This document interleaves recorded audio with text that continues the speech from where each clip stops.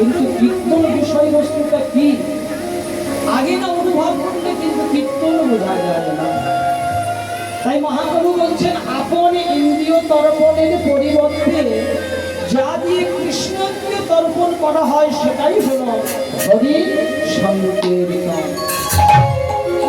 এইবার বলুন মায়েরা, মহাপ্রভুর পরিভাষায় যে কীর্তনের সংজ্ঞাটা দিয়ে গেছেন, বলছেন আপন ইন্দ্রিয় তর্পণের পরিবর্তে, অর্থাৎ আমরা বাহ্যিক জগতের যে তর্পণ করি কোন সময়? মহালয়ের সময়।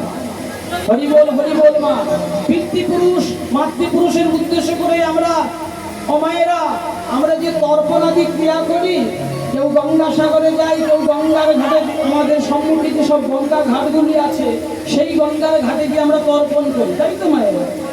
কিন্তু মহাপ্রভু বললেন ওই তর্পণ নয়। তাহলে কোন তর্পণ? আপন ইন্দ্রিয় তর্পণের পরিবর্তে যা দিয়ে কৃষ্ণীয় তর্পণ করা হয় সেটাই হলো হরি সংকীর্তন। আর এই হরি সংকীর্তনটাকে বিলানোর জন্য নবদ্বীপের প্রতিটি দ্বারে দ্বারে আমাদের মতন ভক্তদের চরণ ধরেছিল। ভগবান আগে শিক্ষাটাকে নিজেই আচরণ করেছিল, তারপর সেই শিক্ষাটা আমাদের মতন জগৎবাসীদের কাছে দিল। কেন না? ভগবান চিন্তা করেছিল, যদি না আমি আগে আচরণ করি বাবা, তাহলে জগৎবাসীতে কেউ এই আচরণে মগ্ন হবে না। কারণ যুগ ধর্ম প্রবর্তন নাম সংকীর্তন চারি ভাব ভক্তি দিয়া নাচামো ভুবন।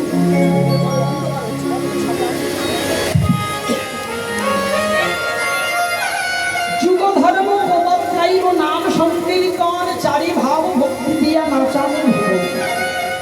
আপনি কর্ম ভক্ত ভাব অঙ্গীকারে আপনি আচরি ভক্তি শিখামো সবাই। আপনে না কইলে ধর্ম শিখানো না যায়, এই তো সিদ্ধান্ত গীতা ভাগবতে যায়। কারণ মহাপ্রভু কেন নামটা এনেলেন? আমার একটা কথা জানতে হবে, আগত সত্যকেতা তারপর 3 যুগ চলে গেছে। সত্যকেতা তারপর 3 যুগে কিন্তু ভগবানের নামটা ছিল তোমার, কিন্তু নামের সঙ্গে কি ছিল জানেন? নামের সঙ্গে বড় অভাব ছিল একটা প্রধান বস্তু, সেটা হলো কি? প্রেম। ভগবান চিন্তা করেছিলেন যে আমি নাম নিয়ে যাচ্ছি, কিন্তু নামের সঙ্গে যদি না প্রেমটা নিয়ে নাম নিয়ে যায়, তাহলে জগৎবাসী কেউ তো এই নামের প্রেমের বন্যায় ঢুকবে না।